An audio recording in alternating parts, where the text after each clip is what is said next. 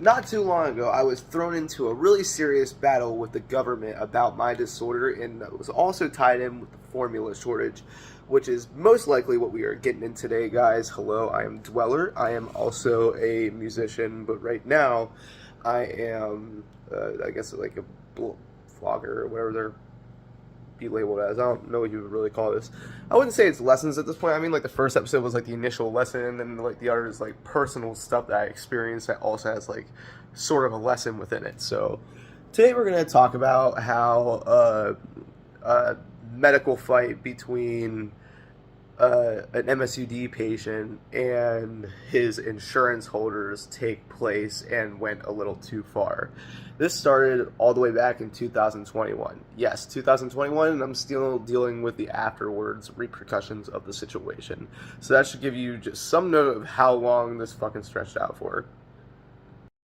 Now, in all honesty, I can't remember every single little detail, so some things are obviously going to be left out, but I'm not making them the exact enemy. This had everything a little bit to do with my REM caseworker not being able to work with me anymore, my insurance company not wanting to pay for my life-holding medication that I have to take every day. And yes, I'm going to go ahead and say it's a medication, even though you label it as a supplement and they say it's not medicine. If it keeps your organs from eating themselves or if it keeps you from metabolic crisis, then it's a fucking medication. I'm sorry, but you cannot convince me different. You can put a label on something, but if it saves a life, it's medication. Now we're going to get into how this began. I turned 21 in 2021, which also meant I didn't need my RIM caseworker anymore, apparently. I was dealing with that, and then along that, I lost my medical food benefits and my disability checks, and was going to lose my medication that held my life together. Now, the medication I take right now is called VitaFlow. MSUD Cooler 15s, which is this little pouch containing like vitamins and nutrients that I can't get from my lack of protein. So it kind of keeps my body sustained so I can stay alive. And I need 3 of those a day. And without having them for about 2 days, I could die. That's the actual consequence. There's no getting sick and then dodging it or anything. It's just I'll straight decompose and die. That's just what will happen, you know? So around this time, I was facing losing my REM worker and also losing my coverage for my medication. This was brought to my attention by my providers a lot. We were going back and forth through mail. And they're trying to say that they don't want to cover it because I'm not getting fed my medicine in my stomach by a tube. The only thing that made them really hell-bent on wanting to cover my medication was I was taking it by mouth, which I find very unfair. And I dealt with this in and out for what seemed to be about roughly 9 months before it started to slow down and end. It was almost a whole year of taking my time of fighting these people. So it made me mad that the only form of argument they had was I wasn't getting it fed to me through my stomach. So apparently they just don't want to cover it. And I just want you to take a wild guess on how much this medicine costs before anyone goes into the comment section and just says, "I'm going to get a career or a job and just buy it yourself." Think about that for a minute. Really think about that. I'm going to give you about 10 seconds of video silence to think about that.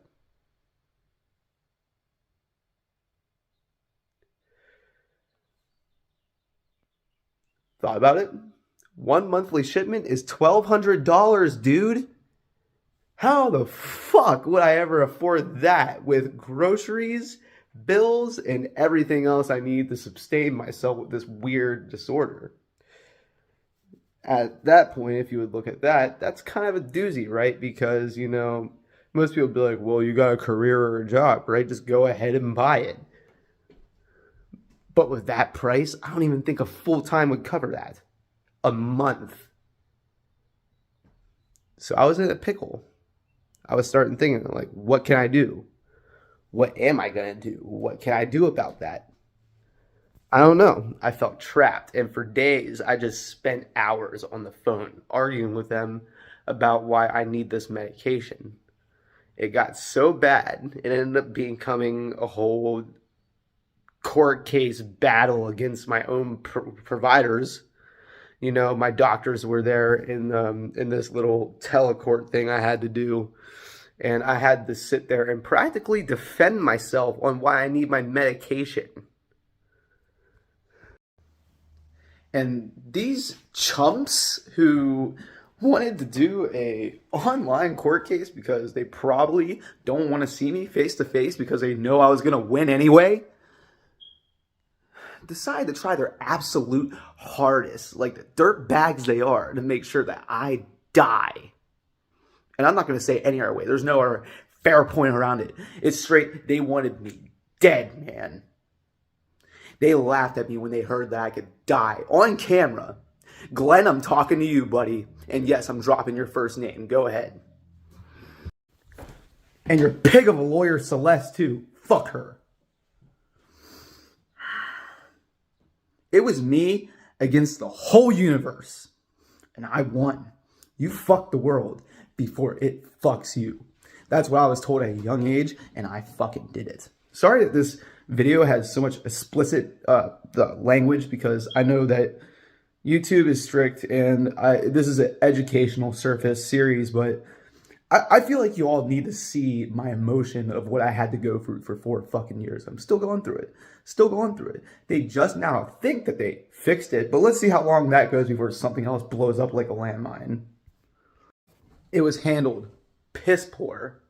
Judgment was thrown everywhere. Nothing was taken seriously, and they all treated their work unprofessionally. And I seriously hope the worst downfall in their endeavors ever, since anything that this country has made up economically, I hope they're the first thing that gets stripped and took away. When the government collapses, I want them to be first. But that's not this lesson. Let's just continue, and I'm going to stop ranting. So the court case was settled, but there was no answer yet. The judge was so undecided, she had to actually take some time to make her decision. Which, you know, in my mind, it shouldn't really be that hard of a decision when you're seeing someone's humanity being taken away. What kind of country is this to where someone could get something like that happening to them and they're like, I need to think about that. But I digress, dude. I seriously digress. We were stuck and I didn't know what to do. So what was I to do? The only thing I could do is wait. And I would say about a few months down the line of constantly waiting, pestering my dietitians and doctors, having to stretch out my formula as much as possible, which is a really dangerous game. It's like playing Russian roulette with a fully loaded gun. A letter was sent. You won the court case because you need your medication. The provider's view on it was, what did they call it? What was it? Oh yeah, preposterous. Preposterous. Maybe I'm saying that word right. I'm not sure. I'm not really the best at grammar. Also, completely unrelated to the video.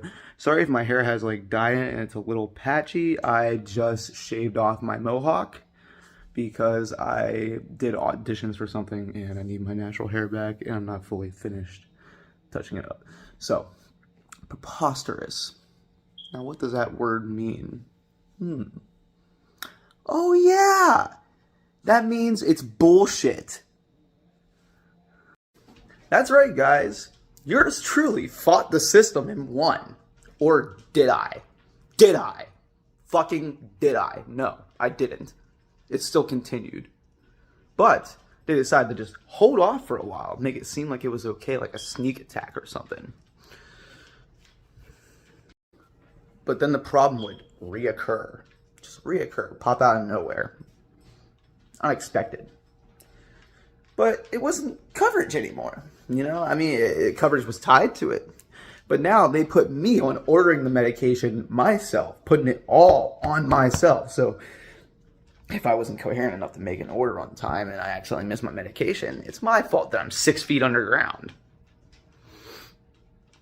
That was their new game.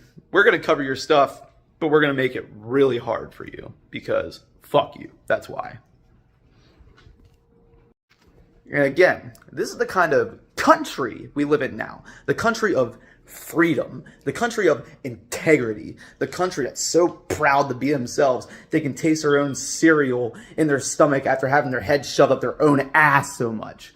See, our dumb shit of a president right now who's running this country is making everything difficult. And I'm not saying the one before was anything special or great, but you know, back when that president was in office, and I'm not going to name any presidents because I hate all presidents, if you all don't know.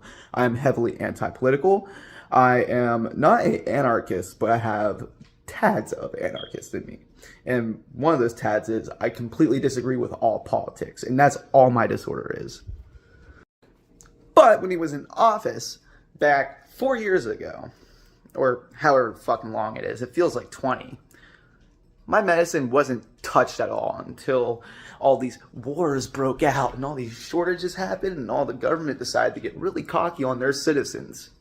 What happens when that turns over? What happens when we strike back? What happens when we had enough? It's not just me. It's not just my community of my disorder. It's not just a few Americans. It's the whole goddamn country. We are getting sick of it. Sick. S-I-C-K. Sick. Just like I am.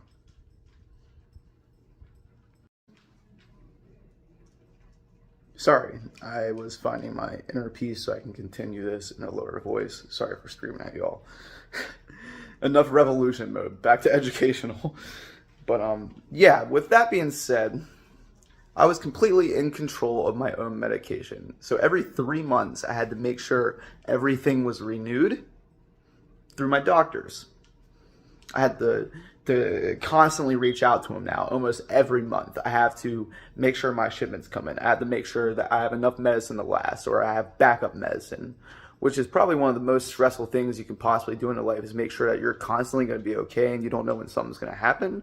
I mean, life is already unpredictable as it is, so just imagine if it was even more unpredictable. It's almost unlivable. I almost never left the house, and when I did, it was very minimal because I wasn't feeling good or I had to do something to take care of this. It was consuming my whole life, and I decided to put my foot down, step aside, and work it out. There is a solution. It'll be explained in part 2. This is going to be part 1 because this is spilling into a long video because of my little rant mode, and thanks all for putting up for it, but their goal was to get me off my providers, which was Edge Park.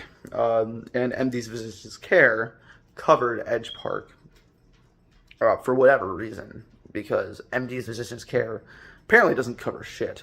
But that's where I was at the moment, and I was stuck. And their new goal was to get me a new provider, and I'll be keeping you guys updated about this situation. If you like this video at all, and if it's to teach you anything, it's to teach you to stand up for your rights as a human being. It's to teach you to not take subjectifying to being a casualty of the system when you're forced to be a part of the system. It's trying to teach you that you have to have drive, and you are in control of your life, and you are the only person that can save you. No one else can save you but you. So make sure you save yourself. You know what I mean? Like, it was nuts and hectic, but I'm still here. I'm still standing, and I've been standing since I came in. And that's all that matters, you know? So if you like this video, leave a like, subscribe. If you have any questions, comments, rants, insults, anything, leave it in the box below.